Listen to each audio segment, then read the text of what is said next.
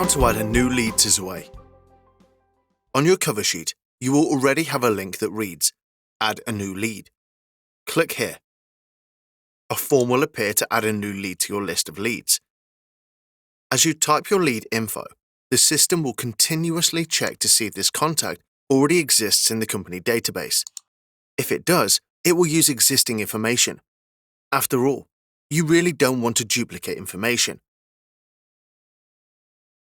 If this is an entirely new contact, then you can add it to the system. If not, choose any of the options offered as you progress. You can add as much information as you like, or at least as much as you already know here. Note that only one box is mandatory on this form. You always want to track where your leads came from. You can even say which specific marketing campaign it came from. This sort of information is gold dust to a marketing manager. A lead is a contact that is interested in something you provide. So, if you know roughly what they are interested in, you can add the info here. Is it an item you have in stock, or maybe just a general product or service you sell? Click here to add the lead to Zway.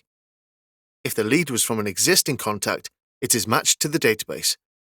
If it's a new contact, then it's added and the database is updated.